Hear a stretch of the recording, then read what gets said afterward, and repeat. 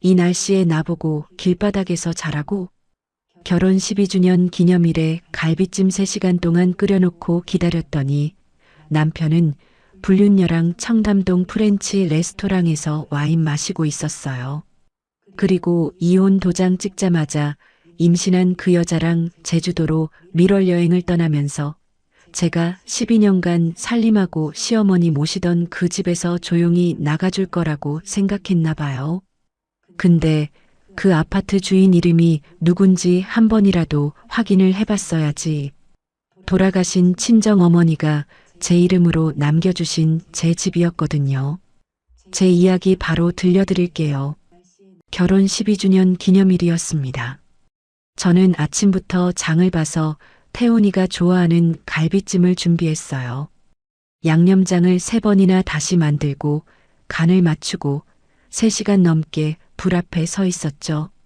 식탁 위에는 작은 딸기 케이크도 하나 올려놓았습니다. 시어머니 오복순 여사가 부엌으로 들어오시더니 케이크를 힐끗 보셨어요. 뭐야 이건? 오늘 결혼기념일이에요, 어머니. 태훈이가 좋아할 것 같아서요. 오복순 여사가 코웃음을 치시며 냉장고에서 물을 꺼내셨습니다. 기념일이면 뭐하냐, 사장이 바쁜 사람인데.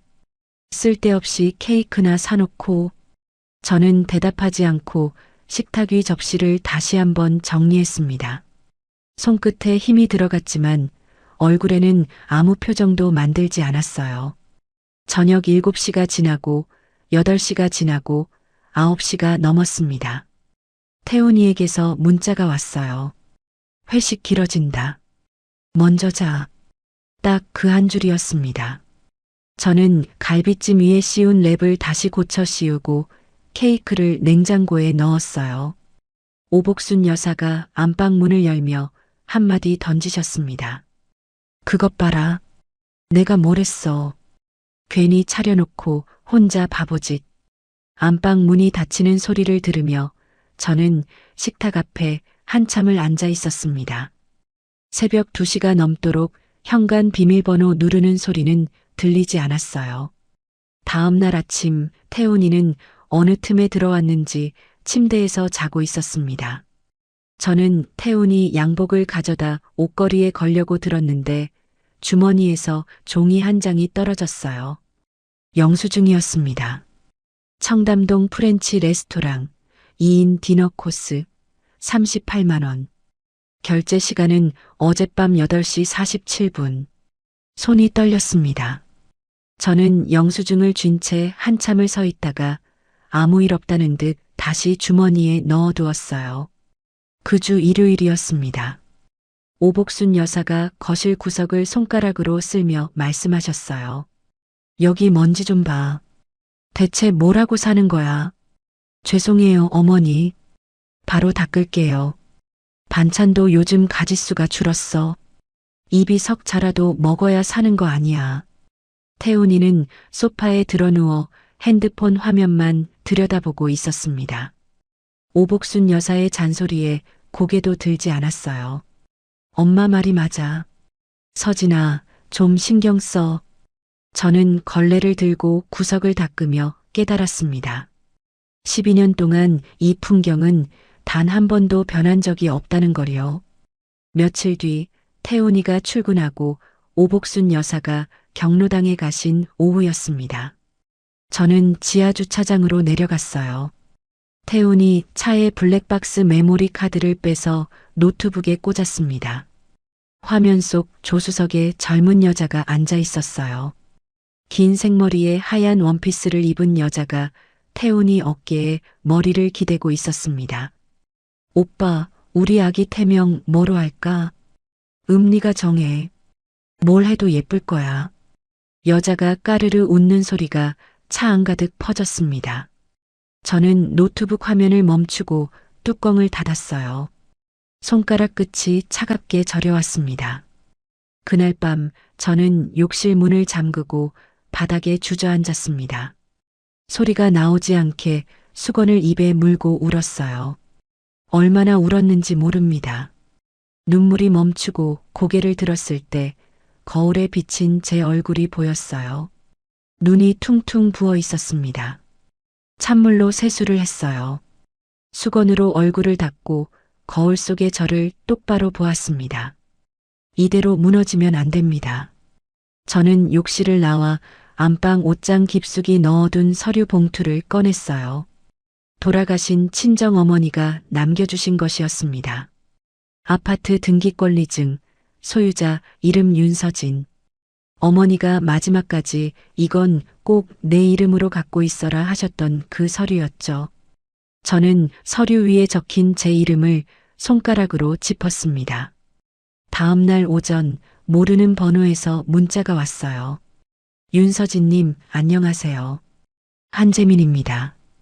같은 단지 상가의 인테리어 회사 분점을 열었습니다. 입주민 대상 할인 안내드립니다. 한재민. 대학교 4학년 졸업 전시회 때 제 옆자리에서 작품을 걸었던 동기. 12년 만에 보는 이름이었습니다. 며칠 뒤 저는 단지 앞 카페에서 재민이를 만났어요.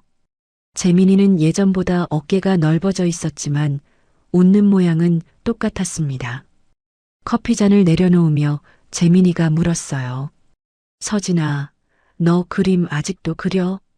저는 대답하지 못했습니다. 결혼하고 단 한 번도 붓을 잡은 적이 없었으니까요. 시어머니가 살림하는 여자가 무슨 그림이냐 하시며 화구를 다 버리게 한 게 신혼 첫 해였습니다. 안 그려. 오래됐어. 재민이는 더 묻지 않았어요.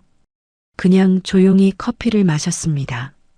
그날 저녁 태훈이가 평소보다 일찍 들어왔습니다. 현관에서 구두를 벗으며 저를 불렀어요. 서진아, 거실로 나와봐. 할 얘기 있어. 소파에 마주 앉았습니다. 태훈이가 무릎 위에 손을 올려놓고 입을 열었어요. 나 만나는 여자 있어. 아이도 생겼고. 저는 아무 말 하지 않았습니다. 태훈이가 제 눈치를 보며 말을 이었어요. 원만하게 정리하자. 네가 원하는 조건 다 맞춰줄게. 태훈이 눈에는 미안함 같은 건 없었습니다. 빨리 끝내고 싶다는 조급함만 보였어요. 이 아파트가 제 이름이라는 건 한마디도 꺼내지 않았습니다. 본인이 뭘 줄 수 있는 입장이 아니라는 걸 모르는 건지 아니면 아는데 모른 척하는 건지. 알겠어. 생각할 시간 줘. 저는 그 말만 하고 방으로 들어갔습니다. 문을 닫고 책상 서랍에서 볼펜과 노트를 꺼냈어요. 내가 가진 것, 그 제목 아래 하나씩 적어 내려갔습니다. 아파트, 적금, 보험, 태훈이 사업자금 연대보증 내역. 볼펜을 쥔 손에 힘을 주며 한 줄 한 줄 써 내려갔습니다. 다음 날 아침 저는 평소처럼 밥을 차렸습니다. 된장찌개에 계란말이, 김치, 멸치볶음까지 4가지 반찬을 식탁에 올렸어요. 태훈이는 아무 일 없다는 듯 숟가락을 들었습니다. 나 오늘 좀 늦을 수도 있어. 알겠어. 태훈이가 현관문을 나서고 30분 뒤 오복순 여사도 경로당에 가셨습니다. 저는 앞치마를 벗자마자 외출 준비를 했어요. 집에서 2블록 떨어진 법무사 사무실 문을 열고 들어갔습니다. 접수대 너머로 안경 쓴 중년 남자가 고개를 들었어요. 어떤 일로 오셨습니까? 이혼 절차랑 재산 문제 상담받으러 왔습니다. 상담실에 마주 앉아 서류를 펼쳐 보여드렸습니다. 법무사가 등기권리증과 증여계약서를 번갈아 보더니 고개를 끄덕였어요. 이 아파트는 혼인 전에 어머님한테 증여받으신 거니까 윤서진님 고유 재산입니다. 이혼해도 나눠줄 필요 없어요. 그 순간 어머니 목소리가 귓가에 울렸습니다. 서진아, 이건 꼭 내 이름으로 갖고 있어라. 무슨 일이 있어도. 돌아가시기 전 해주신 그 말씀이 이런 뜻이었던 거죠. 그리고 연대보증권은요. 이혼 성립되면 해지 요청 넣으시면 됩니다. 은행에서 채무자 재평가 들어가겠지만 그건 남편분이 알아서 하실 문제고요. 저는 메모를 하나하나 적으며 사무실을 나왔습니다. 그 주 저녁이었어요. 오복순 여사가 저녁상을 받으시며 태훈이를 쳐다보셨습니다. 태훈아, 서진이가 이혼 얘기 꺼내던데 네가 좀 바람을 피웠다고 이혼까지 해야 되겠냐?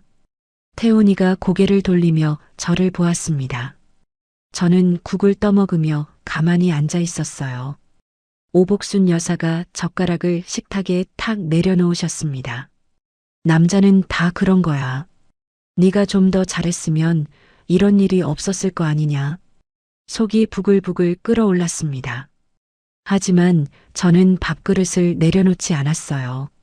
생각해 보겠습니다, 어머니. 오복순 여사가 콧바람을 불며 다시 젓가락을 드셨고 태훈이는 안도한 표정으로 핸드폰을 만졌습니다. 저는 그 모습을 보면서 속으로 세웠어요. 이 사람들이 모르는 게 뭔지를. 태훈이는 이혼에만 정신이 팔려 있었습니다. 빨리 정리하고 유라한테 가고 싶은 마음뿐이었죠. 아파트가 제 명의라는 걸 알면서도 오복순 여사가 여기 살고 있으니 제가 함부로 못할 거라 생각하는 게 얼굴에 다 보였어요. 태훈이가 가져온 협의이혼 합의서에도 아파트 조항은 한 줄도 없었습니다. 저는 합의서를 읽는 척하며 말했어요. 위자료도 필요 없어. 빨리 끝내자. 태훈이가 눈을 크게 떴습니다. 진짜? 그래, 서진아. 고맙다. 네가 이렇게 나와주니까 나도 편하다. 편하다는 말에 이가 갈렸지만 입꼬리를 살짝 올려주었어요. 태훈이는 그게 동의인 줄 알았겠죠. 이혼 숙려 기간 한 달이 시작되었습니다. 저는 겉으로는 짐을 싸고 이사갈 곳을 알아보는 신용을 했어요. 오복순 여사가 제 방 앞을 지나며 한마디 하셨습니다. 짐 쌀 거면 빨리 싸라. 질질 끌지 말고. 네, 어머니. 하지만 진짜 준비는 따로 하고 있었습니다. 12년간 오복순 여사의 우편물을 정리하면서 알게 된 것이 있었어요. 오복순 여사는 주민등록을 충남 시골집 주소에 두고 건강보험료를 가장 적은 금액으로 내고 있었습니다. 실제로는 12년째 서울 이 아파트에서 살면서요. 시골집은 사람이 살지 않아 관리비가 밀려 있었고 오복순 여사 앞으로 이 아파트에 배달된 택배 기록도 수두룩했어요. 저는 그 고지서들, 관리비 미납 내역, 택배 수령 기록까지 사진으로 찍어 따로 보관해 두고 있었습니다. 법무사에게 서류를 전부 전달했어요. 등기부등본, 증여 당시 계약서 원본, 세금 영수증, 그리고 오복순 여사의 보험 관련 자료까지. 법무사가 서류를 넘기며 말했습니다. 완벽합니다. 누가 뭐라 해도 흔들릴 게 없어요. 서류 정리를 마친 그 주 재민이를 만났습니다. 카페에서 커피를 마시다가 제가 이혼한다는 얘기를 꺼냈어요. 재민이는 놀란 표정이었지만 이것저것 캐묻지 않았습니다. 혹시 아파트 매매 빨리 해야 되는 상황이면 아는 사람이 있긴 해. 어떤 사람인데? 장원수라고. 현금으로 바로 사는 사람이야. 업계에서는 꽤 유명하거든. 며칠 뒤 재민이 사무실에서 장원수를 만났습니다. 50대 초반으로 보이는 남자가 서류를 찬찬히 넘기더니 고개를 끄덕였어요. 이 동네 재개발 예정이죠. 시세대로 현금 한 번에 치르겠습니다. 이혼 신고 수리되는 날 바로 잔금 넣고 등기 넘기는 걸로 하죠. 좋습니다. 저는 그 자리에서 가계약금을 받고 계약서에 서명했습니다. 숙려 기간이 끝나기 3일 전 태훈이에게서 전화가 왔어요. 서진아, 유라 입덧이 심해서 빨리 정리했으면 하거든. 좀 서둘러 줄 수 있어? 전화 너머로 여자 목소리가 들렸습니다. 저도 미안하게 생각해요. 수화기를 쥔 손에 힘을 주었습니다. 이를 꽉 물었다가 풀고 숨을 한 번 내쉬었어요. 알았어. 날짜 맞춰줄게. 숙려 기간이 끝난 날 가정법원이었습니다. 나란히 앉아 이혼 의사를 확인받았어요. 태훈이가 도장을 찍자마자 환하게 웃었습니다. 서진아, 고마워. 내 인생도 잘 살아. 저는 고개만 가볍게 끄덕였어요. 법원 복도에서 태훈이에게 등을 돌렸습니다. 그 뒷모습을 보지 않았어요. 그 오후 태훈이는 정유라와 제주도행 비행기에 올랐습니다. 태훈이 SNS에 공항에서 찍은 사진이 올라왔어요. 유라와 나란히 서서 여권을 들고 웃고 있었고 글에는 새로운 시작이라고 적혀 있었습니다. 저는 핸드폰 화면을 끄고 바로 장원수에게 전화를 걸었어요. 이혼 신고 수리됐습니다. 예정대로 진행해 주세요. 알겠습니다. 내일 오전에 잔금 넣고 바로 등기 접수합니다. 전화를 끊고 핸드폰을 테이블 위에 놓았습니다. 저는 미리 빼둔 캐리어 옆에 서서 오피스텔 창밖을 바라보았어요. 해가 지고 있었습니다. 다음 날 오전 10시 핸드폰에 문자가 하나 떴습니다. 잔금 입금 확인 문자였어요. 저는 원룸 오피스텔 바닥에 앉아 그 숫자를 한참 들여다보았습니다. 장원수 쪽 법무팀이 바로 등기 접수를 넣었을 거예요. 며칠 안에 아파트 주인 이름이 바뀌겠죠. 같은 시각 아파트에는 오복순 여사가 계셨을 겁니다. 평소처럼 거실에서 TV를 보고 계셨겠죠. 장원수 쪽 법무사가 아파트 초인종을 눌렀을 때 오복순 여사가 얼마나 놀라셨을지 저는 보지 못했습니다.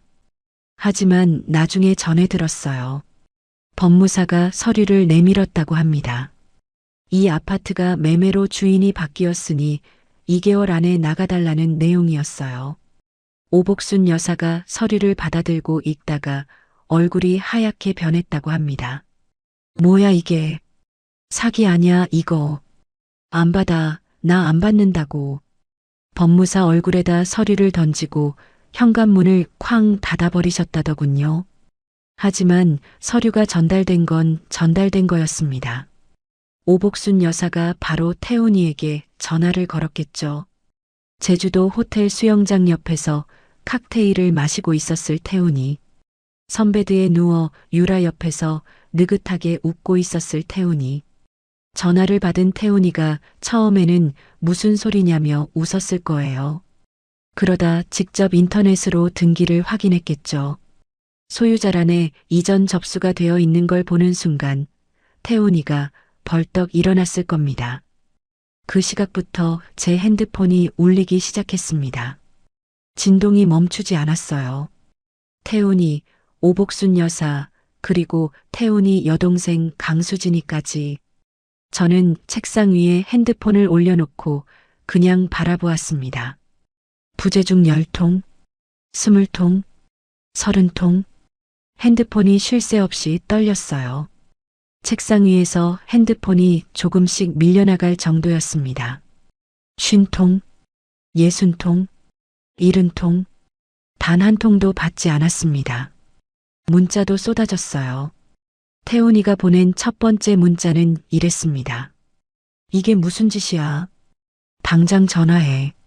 두 번째, 서진아, 제발 통화 좀 하자. 세 번째, 너 지금 어디야? 제발. 그리고 마지막, 이 날씨에 나보고 길바닥에서 자라고? 저는 그 마지막 문자를 읽으며 입꼬리가 올라가는 걸 느꼈습니다. 12년 동안 제가 길바닥 같은 심정으로 살았던 건 생각도 못하겠죠. 태훈이는 밀월 여행을 이틀이나 남겨두고 제주공항으로 달려갔습니다. 택시 안에서 유라가 울먹이며 매달렸다더군요. 오빠, 나는 여기 혼자 두고 가는 거야? 지금 집이 날아갔는데 여행이 문제냐? 입 좀 다물어. 유라 얼굴이 굳었을 거예요. 태훈이한테 그런 말을 들은 게 처음이었을 테니까요. 그렇게 두 사람 사이에 첫 번째 금이 갔습니다. 서울에 도착한 태훈이가 아파트로 뛰어갔지만 오복순 여사는 현관문을 잠근 채 나오지 않으셨어요. 안에서 뭐라 소리치시는 게 복도까지 들렸다더군요. 태훈이는 법무사를 찾아갔습니다. 매매를 무효로 만들 수 없냐고 따졌겠죠. 법무사가 뭐라고 했을까요? 저는 답을 이미 알고 있었습니다. 아파트는 제가 결혼 전에 어머니한테 받은 제 재산이고 이혼이 정식으로 끝난 다음에 판 거니까 아무 문제가 없다는 얘기를 들었겠죠. 태훈이가 법무사 사무실 의자에 풀썩 주저앉는 모습이 눈에 보이는 것 같았습니다. 자기가 뭘 놓쳤는지 그제야 깨달았겠죠. 이혼 합의서에 아파트 조항을 넣지 않은 건 자기였으니까요. 위자료도 필요 없다는 제 말을 곧이곧대로 받아들인 것도 자기였고요. 저는 오피스텔 창문을 열었습니다. 바깥 공기가 차가웠어요. 깊이 들이마시니 폐가 시렸습니다. 그날 저녁 강수진에게서 전화가 또 왔어요. 저는 잠시 망설이다가 이번에는 받았습니다. 서진 씨, 나 수진이야. 수진이 목소리가 떨리고 있었어요. 아무리 그래도 어머니까지 길에 나앉게 하면 사람이냐? 12년을 같이 살았잖아. 저는 창밖을 보며 대답했습니다. 12년간 저는 사람 취급도 못 받았습니다. 수진이가 말문이 막힌 게 느껴졌어요. 전화 너머로 숨소리만 들렸습니다. 서진 씨, 더 드릴 말씀은 없어요. 전화를 끊었습니다. 오복순 여사는 2개월 안에 나가라는 통보를 무시하고 아파트에서 버티겠다고 하셨어요. 태훈이도 어머니 편을 들었습니다. 어머니가 12년 사신 집인데 그렇게 쉽게 나갈 수는 없지. 장원수 쪽에서는 예상했다는 듯 움직였어요. 퇴거 기한이 끝나면 바로 법원에 인도 명령을 신청할 준비를 하고 있었습니다. 저는 그 소식을 전해 듣고도 더 이상 개입하지 않았습니다. 아파트는 이미 제 손을 떠났어요. 이제부터는 장원수와 오복순 여사 사이의 문제였죠. 그날 밤 저는 오피스텔 좁은 부엌에서 라면 하나를 끓여 먹었습니다. 냄비째 식탁에 올려놓고 후루룩 먹었어요. 60평 아파트에서 매일 4가지 반찬에 국까지 끓이던 저였는데 라면 한 그릇이 이렇게 편할 수가 없었습니다. 누구 눈치도 보지 않아도 됐어요. 반찬 가짓수가 적다는 소리를 들을 일도 구석에 먼지가 있다는 잔소리를 들을 일도 없었습니다. 라면 국물을 마지막까지 마시고 냄비를 씻어 엎어 놓았어요. 작은 창문 너머로 도시의 불빛들이 보였습니다. 저는 그 불빛을 보며 생각했어요. 내일부터 뭘 하며 살지. 그때 핸드폰에 문자가 하나 왔습니다. 재민이었어요. 서진아, 다 잘 됐어? 혹시 시간 되면 이번 주에 커피 한잔 하자. 얘기할 게 있어. 저는 문자를 읽고 짧게 답장을 보냈습니다. 좋아. 목요일 어때? 핸드폰을 내려놓고 이불을 폈어요. 좁은 원룸이었지만 12년 만에 처음으로 온전히 저만의 공간이었습니다. 불을 끄고 누웠을 때 천장이 보였어요. 남의 집 천장이 아니라 제가 돈 내고 빌린 제 천장이었습니다. 눈을 감았습니다. 부재중 전화 70통. 그 숫자가 떠올랐지만 무섭지 않았어요. 2개월이 지났습니다. 오복순 여사는 아파트를 비우지 않으셨어요. 장원수 쪽에서 법원에 인도 명령을 신청했고 약 3주 뒤에 법원 결정이 내려왔습니다. 나가라는 명령이었죠. 그래도 오복순 여사는 꿈쩍도 안 하셨어요. 죽어도 안 나간다. 여기가 내 집이야. 장원수는 바로 강제 집행을 신청했습니다. 집행 날짜가 잡혔어요. 저는 그 소식을 재민이에게서 전해 들었습니다. 같은 단지 상가에 사무실이 있으니 소문이 돌았겠죠. 서진아, 이번 주 목요일에 집행한다더라. 그래. 괜찮아? 내가 할 일은 끝났어. 나는 상관없어. 재민이가 커피잔을 돌리며 저를 보았어요. 뭔가 더 말하고 싶은 눈이었지만 입을 다물었습니다. 강제 집행 당일 오전이었습니다. 저는 그 자리에 가지 않았어요. 오피스텔에 앉아 평소처럼 하루를 시작했습니다.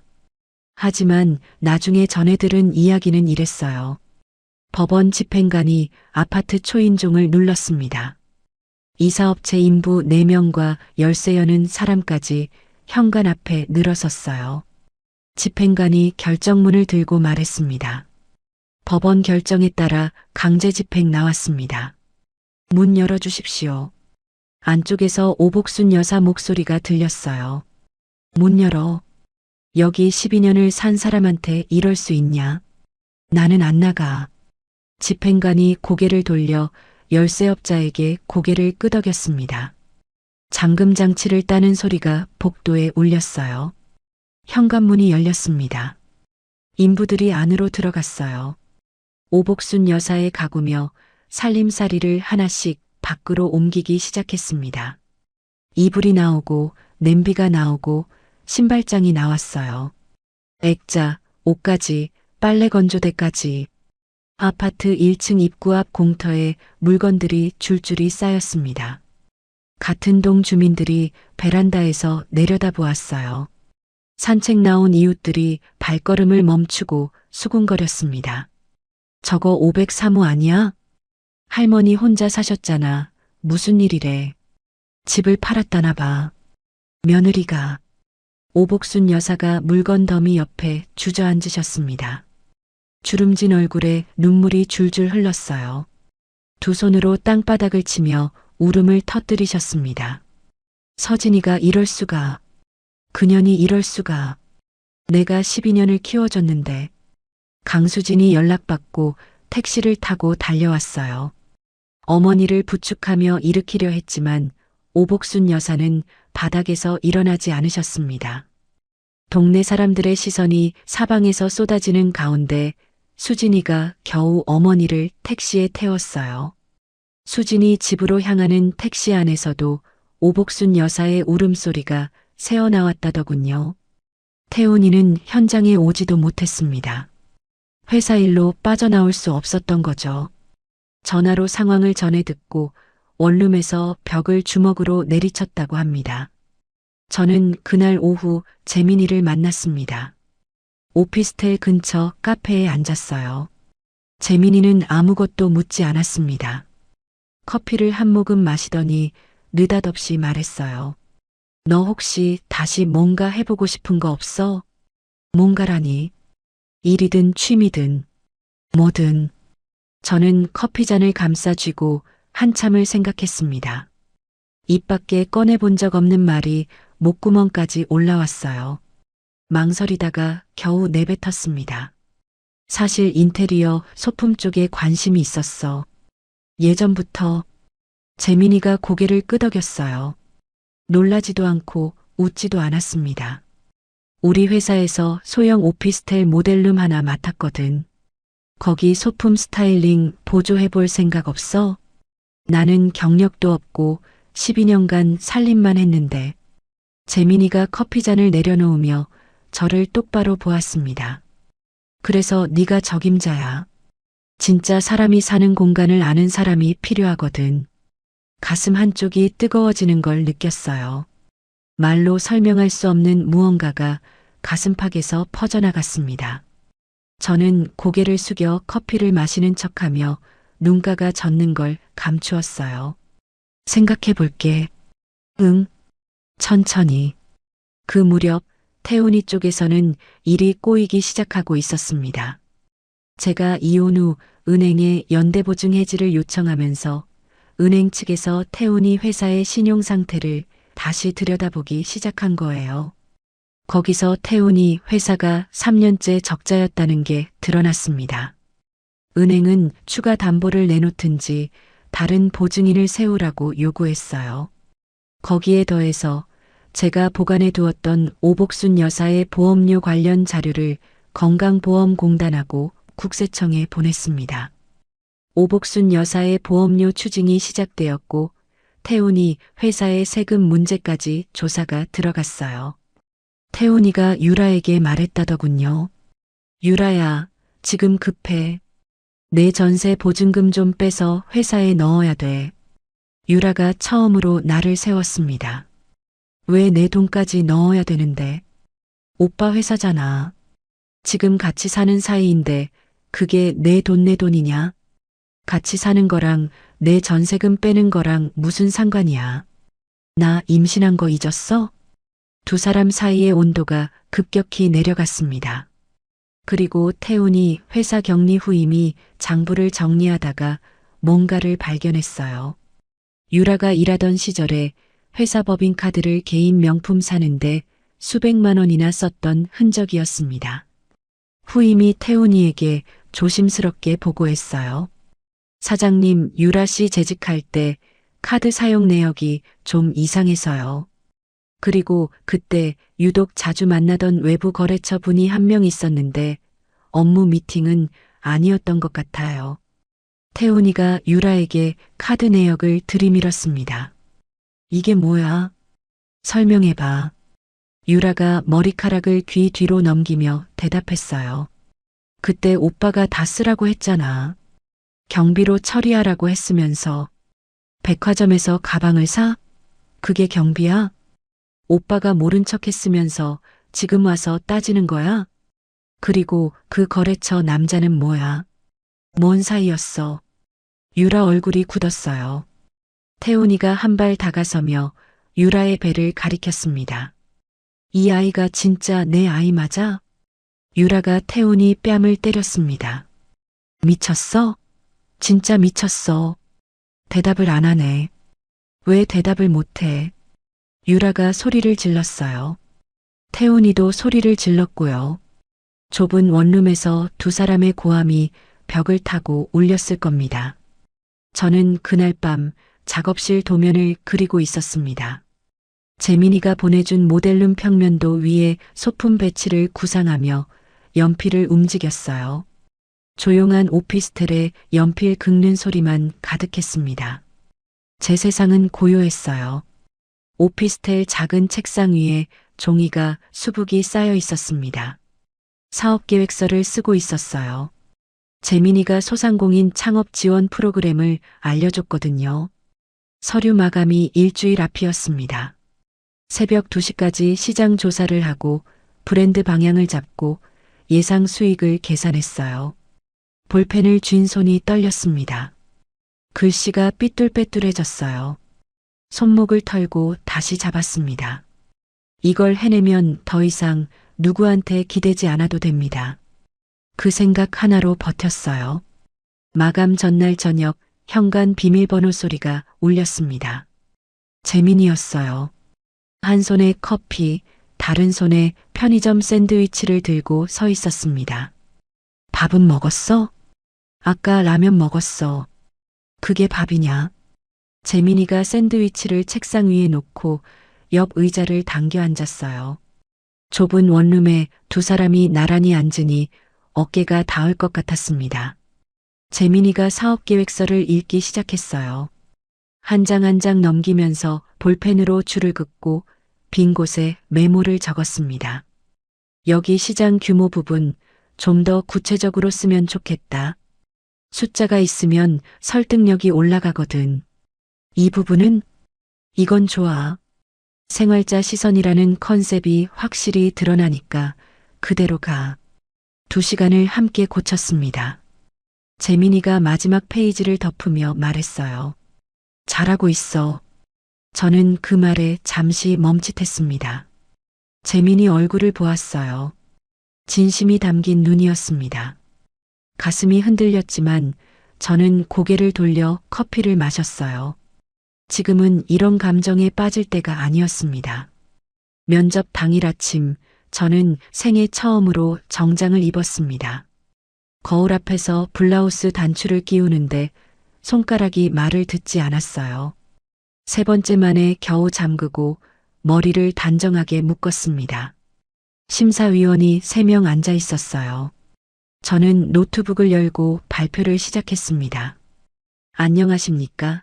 인테리어 소품 브랜드를 준비하고 있는 윤서진입니다. 목소리가 떨렸습니다. 자료를 넘기다가 순서를 한번 틀렸어요. 얼굴이 화끈거렸지만 멈추지 않고 이어갔습니다. 가운데 앉은 중년 여성 심사위원이 고개를 갸웃하며 물었어요. 이 모델룸 사진은 직접 스타일링하신 건가요? 네, 제가 직접 소품을 선정하고 배치했습니다. 인상적이네요. 생활하는 사람의 시선이 느껴져요. 전문 디자이너들한테서는 잘 안 나오는 감각인데 가슴이 두근거렸습니다. 면접이 끝나고 건물 밖으로 나왔어요. 벤치에 주저앉아 하늘을 올려다보았습니다. 긴 한숨이 나왔어요. 다리에 힘이 풀려서 한참을 일어나지 못했습니다. 결과를 기다리는 2주가 길었어요. 가만히 있을 수가 없었습니다. 인터넷 중고거래에 제가 만든 소품을 올렸어요. 패브릭 쿠션 커버, 빈티지 느낌으로 다시 꾸민 화병, 작은 테이블 러너. 사진을 찍어 올리고 가격을 매겼습니다. 첫 주에 15개가 팔렸어요. 택배 상자를 싸면서 손이 바빠졌습니다. 구매자 중 한 명이 후기를 남겼어요. 이런 감성의 소품 브랜드가 없었는데 정식으로 출시하면 꼭 알려주세요. 그 후기를 읽고 또 읽었습니다. 처음으로 이게 될 수도 있겠다는 생각이 들었어요. 확신까지는 아니었지만 조각 하나를 잡은 기분이었죠. 그 무렵 태훈이 쪽 소식이 들려왔습니다. 은행에서 추가 담보를 내놓으라 했는데 태훈이가 내놓지 못했어요. 대출 만기 연장이 거절됐다더군요. 보험 추징에 세금 조사까지 겹치면서 거래처 2곳이 계약을 끊었고 10년 넘게 함께했던 회사 상무 박진호가 사표를 냈습니다. 태훈이가 어머니한테 매달렸다고 해요. 엄마, 시골 땅 담보로 잡으면 당장 급한 불은 끌 수 있어. 오복순 여사가 벌떡 일어나 소리를 지르셨다더군요. 그 땅은 네 아버지가 남긴 마지막 재산이다. 거기까지 손 떼면 나는 진짜 죽어버린다. 엄마, 지금 회사가 망하게 생겼다고. 그년을 만나지만 않았어도, 서진이를 내쫓지만 않았어도 이 꼴은 안 됐어. 다 네가 만든 거야. 태훈이가 처음으로 어머니한테 그런 소리를 들었을 겁니다. 오복순 여사가 아들을 비난한 건 그때가 처음이었다더군요. 유라는 태훈이 원룸에서 함께 살게 되었는데 60평 아파트를 기대했던 현실과는 너무 달랐겠죠.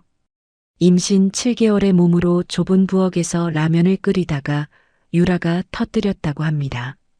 나는 이렇게 못 살아. 이게 뭐야 대체. 태훈이가 소파에 앉아 그 말을 듣는 순간 뭘 떠올렸을까요? 제가 12년간 어떻게 살아왔는지를요. 물론 저는 그 장면을 보지 못했습니다. 하지만 알 것 같았어요.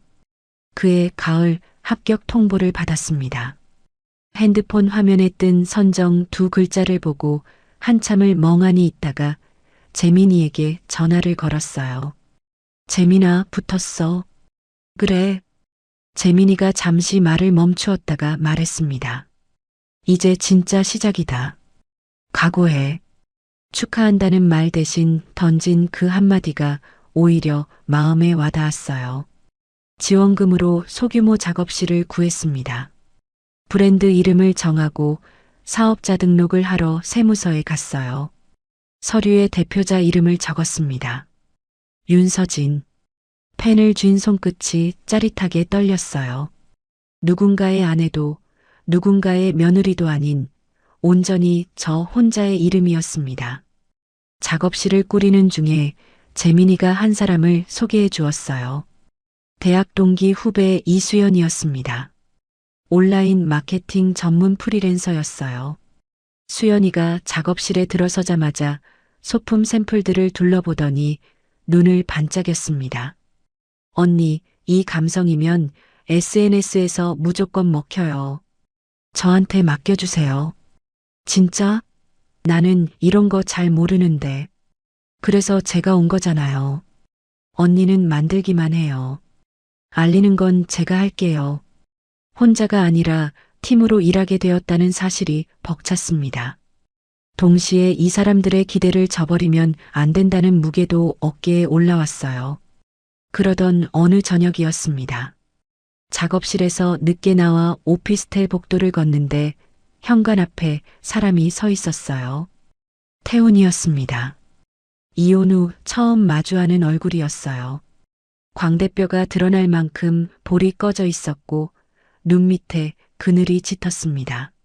서진아, 5분만 얘기하자. 저는 현관 비밀번호에 손을 올렸다가 멈추었습니다. 이 사람을 제 공간 안에 들이고 싶지 않았어요. 밖에서 하자. 건물 1층 편의점 앞 테이블로 내려갔습니다. 플라스틱 의자에 마주 앉았어요. 태훈이가 두 손을 깍지 끼며 입을 열었습니다. 태훈이가 깍지 낀 손을 풀었다 쥐었다 반복하며 말을 꺼냈습니다. 회사가 어려워. 은행에서 담보를 더 내놓으래. 보증해지 요청 철회해 줄 수 없겠냐? 저는 플라스틱 의자 등받이에 등을 기대고 태훈이 얼굴을 보았어요. 수척한 볼, 갈라진 입술, 초점 없는 눈. 12년 전 신혼 때 모습은 어디에도 없었습니다. 다시 한 번만 도와줘. 이번 한 번만. 그 말을 몇 번이나 들었는지 모릅니다. 사업 시작할 때도, 대출 늘릴 때도, 거래처에 밀릴 때도 언제나 이번 한 번만이었죠. 저는 잠시 입을 다물고 편의점 유리창 너머를 보았어요. 안에서 알바생이 삼각김밥을 진열하고 있었습니다. 평범한 저녁 풍경이었어요. 태훈 씨, 태훈이가 고개를 들었습니다. 제가 이름 뒤에 씨를 붙인 걸 알아챈 눈이었어요. 나는 이제 더 이상 당신 안전망 아니야. 태훈이 입이 벌어졌습니다. 뭔가 더 말하려는 게 보였어요. 하지만 저는 의자에서 일어났습니다. 잘 살아. 뒤를 돌아보지 않았어요. 편의점 유리문에 태훈이의 구부정한 등이 비쳤지만 발걸음을 멈추지 않았습니다. 오피스텔 엘리베이터를 타고 복도를 걷고 현관 비밀번호를 눌렀어요. 문을 닫자마자 그 자리에 주저앉았습니다. 울음이 터졌어요. 소리를 죽이지 않고 울었습니다. 미련 때문이 아니었어요. 12년이라는 세월을 통째로 놓아주는 게 이렇게 무거운 건지 몰랐습니다. 함께 먹었던 밥, 나란히 누웠던 밤, 아무 대답 없이 삼켰던 수천 번의 참음. 그것들이 한꺼번에 빠져나가는 느낌이었어요. 얼마나 울었는지 모릅니다. 눈물이 멈추고 나서 세수를 했어요. 수건으로 얼굴을 닦고 작업실 도면 앞에 앉았습니다. 연필을 쥐었어요. 손이 아직 떨렸지만 선을 그었습니다. 그의 겨울이었습니다. 브랜드 런칭을 2주 앞두고 저와 수연이는 첫 번째 컬렉션 촬영을 했어요. 재민이 회사가 시공한 빈티지풍 카페를 빌렸습니다. 제가 직접 디자인한 패브릭 쿠션, 도자기 화병, 핸드메이드 캔들을 공간에 하나씩 배치했어요. 수연이가 카메라 앵글을 잡으며 말했습니다. 언니, 왼쪽 쿠션 조금만 기울여 봐요. 빛이 더 예쁘게 들어올 것 같아. 이 정도? 완벽해요. 셔터 소리가 울릴 때마다 가슴이 뛰었어요. 이것이 진짜 제 이름으로 된 첫 번째 작품이었습니다. 누가 시켜서 한 게 아니라 제가 생각하고, 제가 만들고, 제가 배치한 것들이었어요. 촬영 중간에 재민이가 현장에 들렀습니다. 말없이 조명 세팅을 도와주었어요. 삼각대 높이를 맞추고 반사판 각도를 잡아주었습니다. 촬영이 끝나고 카페 테라스에 나란히 앉았어요. 재민이가 커피잔을 감싸주며 조심스럽게 입을 열었습니다. 솔직히 말할게. 대학 때부터 네가 대단하다고 생각했었어. 심장이 빨라졌습니다. 재민이가 저를 보고 있었어요. 겨울 햇살이 재민이 얼굴에 떨어지고 있었습니다. 저는 커피잔을 내려놓으며 대답했어요. 재민아, 나 아직 내 두 발로 서는 연습 중이야. 지금은 이것만으로도 벅차. 솔직한 말이었습니다. 재민이가 미소 지었어요. 실망한 표정이 아니었습니다. 알아. 기다릴게. 그 말이 가슴에 조용히 내려앉았어요. 무겁지도 가볍지도 않게 온라인 스토어를 연 첫날이었습니다. 수연이가 만든 짧은 소개 영상을 올렸어요. 제가 소품을 배치하는 손 클로즈업과 완성된 공간을 보여주는 30초짜리 영상이었습니다. 오후에 수연이가 작업실 문을 벌컥 열고 들어왔어요. 언니, 영상 조회수 지금 50만 넘었어. 뭐, 50만? 주문도 미쳤어. 첫 주 예상의 3배야. 저는 노트북 화면을 보았습니다. 주문 내역이 줄줄이 올라오고 있었어요. 수연이와 얼싸안고 작업실을 뛰어다녔습니다. 언니 대박이야. 진짜야? 이게 진짜 우리한테 일어나고 있는 거야? 이렇게 기쁜 순간을 함께 나누는 사람이 있다는 것 자체가 낯설었어요. 동시에 감사했습니다. 이듬해 봄이었습니다. 사업이 조금씩 자리를 잡아가던 어느 날 모르는 번호로 전화가 왔어요. 받았더니 뜻밖의 목소리였습니다. 저 정유라예요. 윤서진 씨 맞으시죠? 유라였습니다. 잠시 말이 나오지 않았어요. 만나서 드릴 말씀이 있는데 시간 되시면. 카페에서 유라를 만났습니다. 출산을 앞둔 큰 배를 안고 앉아 있었어요. 얼굴이 초췌했습니다. 입술이 갈라져 있었고 손톱을 물어뜯은 자국이 보였습니다. 태훈 씨가 요즘 술만 마시고 소리를 질러요. 물건도 던지고 무서워요. 어떻게 해야 할지 모르겠어서 복잡한 감정이 치밀었습니다. 제 남편을 빼앗아간 여자가 제 앞에 앉아 도움을 구하고 있었어요. 분노가 올라왔다가 이상하게도 가라앉았습니다. 유라의 떨리는 손을 보니까요. 당신이 겪고 있는 게 정당한 건 아니에요. 그건 확실해요. 저는 핸드폰을 꺼내 번호 하나를 검색해 보여주었습니다. 여기 전화해 보세요. 전문 상담받을 수 있어요. 유라가 고개를 숙이며 코를 훌쩍였어요. 감사합니다. 정말 이런 부탁드릴 처지가 아닌 거 아는데. 부탁은 아니에요. 그냥 그쪽도 안전하게 지내세요. 카페를 나서며 문득 깨달았어요. 유라에 대한 감정이 달라져 있다는 걸요. 처음에는 원망과 분노뿐이었는데 지금은 그 자리에 묘한 연민이 있었습니다. 태훈이라는 남자가 여자를 대하는 방식은 상대가 바뀌어도 결국 똑같았어요. 동시에 그 굴레에서 벗어난 제가 얼마나 다행인지 가슴 깊이 느꼈습니다. 며칠 뒤 강수진에게서 전화가 왔어요. 이번에는 차분한 목소리였습니다. 서진 씨, 나 수진이야. 할 말이 있어서. 네, 말씀하세요. 수진이가 잠시 숨을 고르더니 말했습니다. 오빠가 유라 씨한테도 손을 대는 것 같아. 어머니는 알면서도 모른 척하고 계시고 나는 더 이상 이 가족 편을 들 수가 없어. 저는 입을 다물고 들었어요.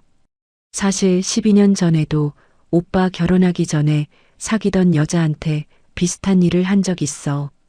그때도 어머니가 덮었어. 전화를 끊고 한동안 벽을 바라보았습니다. 12년 전부터였다는 말이 머릿속에서 맴돌았어요. 제가 처음이 아니었고 유라도 처음이 아니었던 거죠. 고개를 돌려 작업대를 보았습니다. 내일 포장해야 할 주문 상자들이 쌓여 있었어요.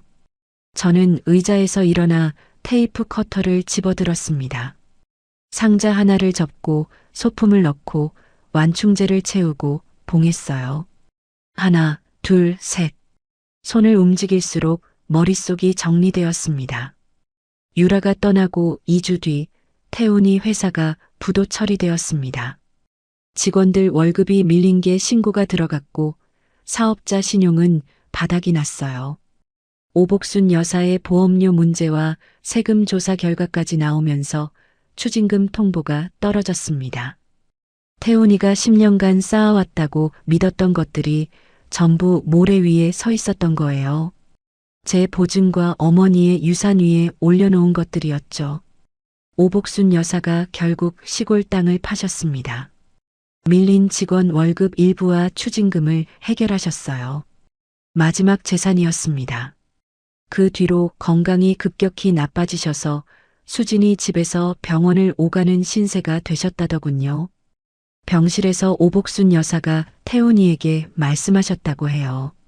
네 아버지가 보면 뭐라 하겠냐.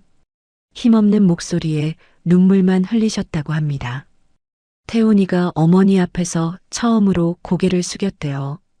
잘못했어, 엄마. 다 내 잘못이야. 저는 그 소식을 듣고도 아무것도 하지 않았습니다. 할 수 있는 것도 해야 할 것도 없었어요. 그 무렵 저는 두 번째 컬렉션을 준비하면서 처음으로 오프라인 팝업 스토어를 기획하고 있었습니다. 성수동의 작은 공간을 빌려서 공간 디자인부터 동선까지 직접 그렸어요. 수연이가 작업실에서 제 도면을 보더니 눈이 커졌습니다. 언니, 반년 전에 사업 계획 썼으면서 손 떨던 사람 맞아요? 나도 모르겠어. 맞나? 확실히 달라졌어요. 선이 안 흔들려요. 팝업 스토어 오픈 전날 밤이었습니다. 재민이가 도우러 왔어요. 둘이서 밤늦게까지 선반을 조립하고 소품을 배치했습니다. 나사를 돌리고 수평을 잡고 위치를 바꾸고 끝나니 자정이 넘어 있었어요. 작업실 바닥에 나란히 앉아 컵라면을 먹었습니다. 재민이가 면을 후루룩 넘기며 말했어요. 솔직히 너 이혼했다고 들었을 때 걱정 많이 했다. 걱정? 근데 지금 보면 내가 걱정할 사람이 아니었어. 덕분이야. 재민이가 고개를 저었습니다. 젓가락으로 허공을 가리키며 단호하게 말했어요. 나는 기회를 줬을 뿐이야. 한 건 전부 너야. 컵라면 국물을 마시며 그 말을 곱씹었습니다. 따뜻한 국물이 목을 타고 내려가면서 눈시울이 뜨거워졌지만 울지 않았어요. 팝업 스토어 오픈 당일이었습니다. 예상보다 사람이 많이 왔어요. SNS를 보고 찾아온 젊은 여성 고객들이 소품을 하나하나 집어들며 반응을 보였습니다. 이거 진짜 예쁘다. 집에 놓으면 분위기 완전 달라질 것 같아요. 일상이 예뻐지는 느낌이에요. 저는 손님 한 분 한 분에게 소품의 이야기를 들려드렸어요. 이 화병은 어떤 생각으로 만들었는지, 이 쿠션은 어디에 놓으면 좋은지, 제가 만든 물건이 누군가의 일상에 들어간다는 사실에 가슴이 벅찼습니다. 마지막 날 오후였어요. 매장 입구에 낯익은 얼굴이 보였습니다. 강수진이었어요. 수진이가 매장을 천천히 둘러보았습니다. 캔들 하나를 집어들고 향을 맡으며 말했어요. 진짜 대단하다, 서진 씨. 저는 가볍게 웃었습니다. 와줘서 고마워요. 수진이가 캔들을 계산대에 올려놓으며 조심스럽게 말했어요. 오빠 요즘 많이 힘들어해. 어머니도 편찮으시고. 저를 압박하거나 부탁하는 눈은 아니었습니다. 그냥 전하는 것 같았어요. 그렇구나. 서진 씨 행복했으면 좋겠다. 수진이가 소품 봉투를 들고 돌아갔습니다. 그 뒷모습을 보며 문득 손이 멈추었어요. 태훈이에 대한 마지막 남은 감정이 뭔지 스스로에게 물었습니다. 미움은 아니었어요. 미련은 더더욱 아니었고요. 12년을 함께 보낸 사람이 무너져 내리는 것에 대한 측은함. 그게 전부였습니다. 그 감정을 부정하지 않되 그게 저를 다시 끌어들이게 두지는 않겠다고 다짐했어요. 팝업 스토어가 끝나고 얼마 지나지 않아 라이프스타일 매거진에서 연락이 왔습니다. 인터뷰를 하고 싶다고 했어요. 경력 단절 주부에서 소품 브랜드 대표가 된 사연에 관심이 있다고요. 기자가 카페에서 녹음기를 켜며 물었습니다. 이혼 후 창업까지 힘든 과정이었을 텐데요. 원동력이 뭐였나요? 저는 이혼이나 복수 이야기는 하지 않았어요. 오래 살림을 한 사람은 사물의 쓸모를 알아보는 눈이 있어요. 어떤 소품이 공간을 편안하게 만드는지, 어떤 질감이 손에 닿았을 때 좋은지, 매일 집안에서 부딪히며 알게 된 거죠. 그게 저의 경쟁력이에요. 기자가 고개를 끄덕이며 펜을 움직였습니다. 기사가 나간 뒤로 주문량이 2배로 늘었어요. 태훈이도 그 기사를 봤다더군요. 온라인에서 제 브랜드를 검색하고 SNS에 올라온 작업실 사진을 들여다봤다고 합니다. 활기차게 웃는 제 얼굴을요. 태훈이가 그 화면을 얼마나 오래 보고 있었는지는 모릅니다. 다음 날 아침이었습니다. 작업실 문 앞에 사람이 서 있었어요. 구겨진 운동복에 면도도 안 한 얼굴. 태훈이었습니다. 서진아. 저는 작업실 열쇠를 쥔 채 멈추었습니다. 다시 시작할 수 없겠냐? 다 잘못했어. 한 번만 더 기회를 줘. 태훈이 눈에 절박함이 보였어요. 진심처럼 보였습니다. 하지만 저는 그 눈빛을 알고 있었어요. 12년 전 이번 한 번만 도와달라 했을 때와 똑같은 눈이었습니다. 태훈 씨, 태훈이가 한 발 다가왔어요.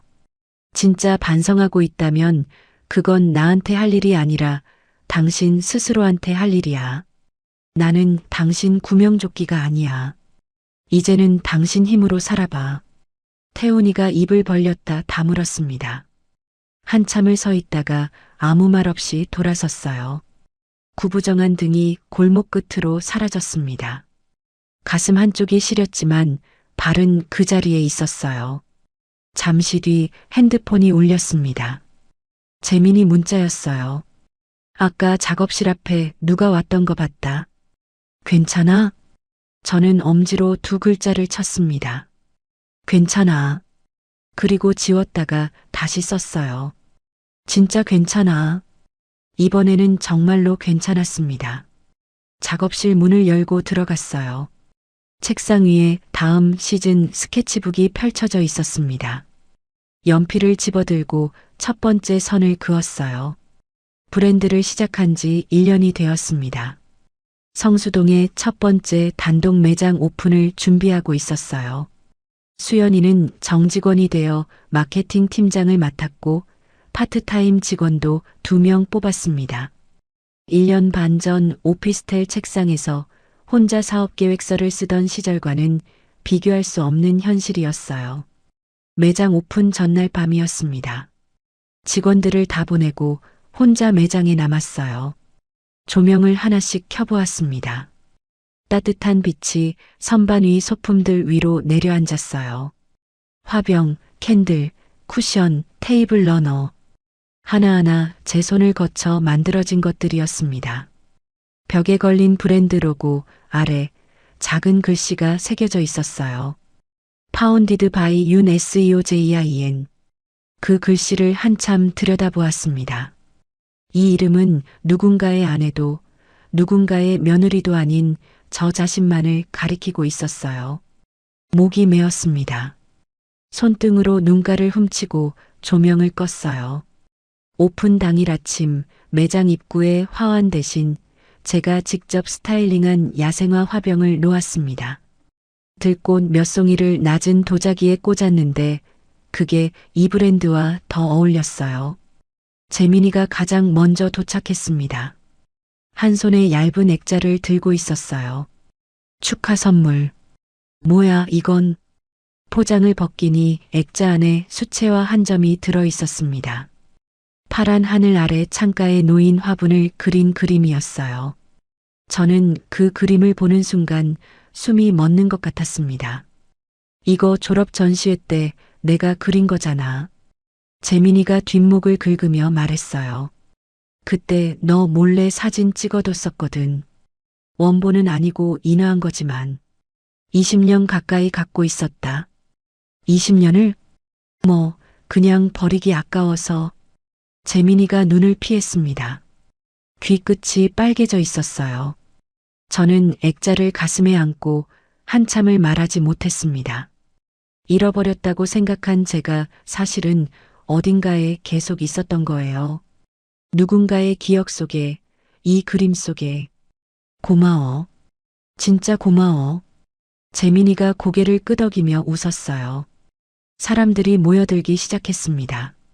매거진 기자, 인테리어 업계 관계자들, 초창기 중고거래 시절부터 소품을 사주셨던 단골 고객들까지 100명 가까운 사람들이 좁은 매장을 가득 채웠어요.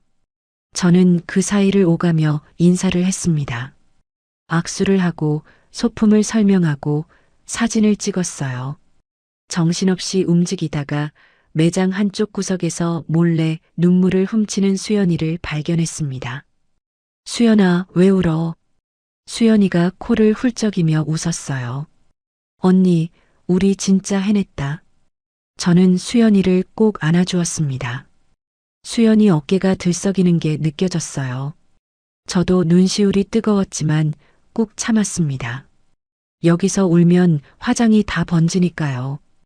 행사가 끝난 저녁이었습니다.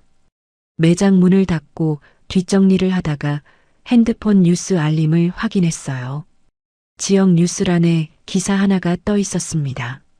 중소무역업체 대표 강모 씨, 사기 및 조세 관련 혐의로 검찰 송치. 강모 씨. 저는 기사 제목을 한번 읽고 화면을 닫았습니다. 끝까지 읽지 않았어요. 더 이상 제 이야기가 아니었으니까요. 며칠 뒤 작업실로 편지 한 통이 배달되었습니다. 보낸 사람은 오복순이라고 적혀 있었어요. 매거진 기사에 실린 작업실 주소를 보고 보내신 거였죠. 편지를 펼쳤습니다. 떨리는 글씨였어요. 획이 비뚤비뚤하고 중간중간 글자가 뭉개져 있었습니다. 서진아, 12년간 미안했다. 내가 너를 사람으로 대하지 않았다. 용서해달라는 말을 할 자격이 없다는 거 안다. 다만 네가 잘 된다는 소식을 듣고 한편으로 안심이 되더라. 편지를 접어 서랍에 넣었습니다. 한참을 고민했어요. 뭐라고 답해야 할지, 답을 해야 하는 건지. 결국 엽서 한 장을 꺼내 짧게 썼습니다. 건강하세요. 그 두 글자가 제가 할 수 있는 전부였어요. 용서인지 아닌지는 저도 몰랐습니다. 다만 그 사람도 이제 늙고 아프다는 걸 알고 있었고 그 정도는 쓸 수 있었습니다. 매장을 열고 한 달쯤 지났을 때 백화점 바이어가 찾아왔어요. 입점 제안을 들고 왔습니다. 수연이와 머리를 맞대고 고민했어요. 언니, 우리 규모로 백화점 납품이 가능할까? 물량 맞추려면 사람도 더 필요하고 나도 그게 걱정이야. 재민이에게 전화를 걸어 이야기했습니다. 재민이가 잠시 생각하더니 말했어요. 할 수 있을지 없을지는 해봐야 아는 거야. 나는 네가 뭘 선택하든 옆에 있을 거야. 전화를 끊고 한참을 앉아 있었습니다. 이 사람의 곁에 있는 게 부담이 아니라 편안함이라는 걸 조용히 인정했어요. 아직 무어라 이름 붙이지 않았지만 그래도 괜찮았습니다. 지금은 이대로가 좋았어요. 백화점 미팅 전날 밤 작업실에서 발표 자료를 마무리하고 있었습니다. 문득 2년 전 이맘때가 떠올랐어요. 텅 빈 오피스텔에 혼자 앉아 있었죠. 핸드폰이 쉴 새 없이 떨렸고 부재중 전화 70통이 쌓여갔고 저는 그걸 바라보고만 있었습니다. 아무도 없었어요. 지금 저는 제 이름이 붙은 작업실에 앉아 있습니다. 내일을 준비하고 있고 함께하는 사람들이 있어요. 2년이라는 시간이 사람을 이렇게까지 바꿀 수 있다는 게 아직도 믿기지 않았습니다. 미팅 당일 아침 거울 앞에 섰어요. 정장 매무새를 다듬었습니다. 블라우스 깃을 고치고 머리카락을 귀 뒤로 넘겼어요. 거울 속에 저를 보았습니다. 2년 전 욕실 바닥에 주저앉아 수건을 물고 울던 사람. 지금 이 거울 앞에 서 있는 사람. 같은 사람인데 같은 사람이 아니었어요. 저는 거울 속에 제게 말했습니다. 윤서진, 잘해왔고 잘할 거야. 현관문을 열었어요. 겨울 햇살이 얼굴에 부딪혔습니다. 차가운 공기를 깊이 들이마시고 한 발을 내딛었어요. 매장 쇼윈도 너머로 거리를 걷는 사람들이 보입니다. 선반위 소품들 사이로 오후 햇빛이 부서지고 있어요. 매장에 서서 문득 생각했습니다. 이혼 도장을 찍던 날 제가 잃은 건 남편이 아니었어요. 누군가의 곁에 서야만 존재할 수 있다는 착각을 잃은 거였죠. 제가 얻은 건 아파트 매각 대금도 사업 성공도 아니었습니다. 윤서진이라는 이름 석자로 온전히 서 있을 수 있다는 사실. 그게 전부이자 전부였어요. 매장 문을 여는 저의 하루는 오늘도 내일도 그 이름으로부터 시작됩니다. 12년 동안 남 좋은 일만 시키면서 이름 석자 숨기고 산 윤서진 씨의 사연 어떻게 보셨나요? 매일 밥상 차려 바치고 모진 소리 다 견디는 동안 속이 얼마나 새카맣게 타들어갔을지 참 안타깝죠. 하지만 마지막에 다 집어던지고 제 발로 걸어 나올 땐 정말 저도 가슴이 뻥 뚫렸습니다. 이건 복수가 아니에요. 원래 내 거였던 내 인생 이제야 제자리로 돌려놓은 것 뿐입니다. 여러분, 혹시 지금 누군가 눈치 보느라 자꾸 쪼그라들고 계시진 않나요? 나이 먹으면 다 참고 사는 게 그게 가정을 지키는 도리라고 하는 말. 그거 다 가스라이팅이라고 생각합니다. 참다가 내가 없어지면 그게 다 무슨 소용인가요? 이젠 참지 마세요. 내 이름으로 꼿꼿하게 사는 건 이기적인 게 아니라 너무 당연한 겁니다. 지금도 어디선가 숨죽이고 계실 분들, 여러분들도 서진 씨처럼 하실 수 있어요. 늦은 때라는 건 절대 없으니까 이제 진짜 여러분의 인생을 사셨으면 좋겠습니다. 여러분의 그 용기 있는 첫걸음을 제가 온 마음을 다해 응원할게요. 힘내세요. 오늘도 사연 들어주셔서 감사합니다.